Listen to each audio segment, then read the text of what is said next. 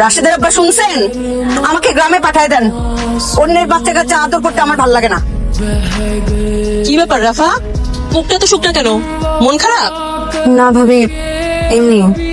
বুঝিনি তো, আম্মা সারাদিন এক কথাই বলে। বাচ্চা নেওয়ার কথা তো, তবে আমার মনে হয় তোমাদের বাচ্চা নেওয়ার এটাই উপযুক্ত সময়। ভাবি আমরা তো ট্রাই করছি কিন্তু হচ্ছে না। ডাক্তার দেখাও। আমি তো চাই ভাবি, কিন্তু রাশেদ যেতে চায় না। ছেলেরা এমনই, ছেলেদেরকে জোর করে নিয়ে যেতে হয়। আমাদের মতো দেরি করো না।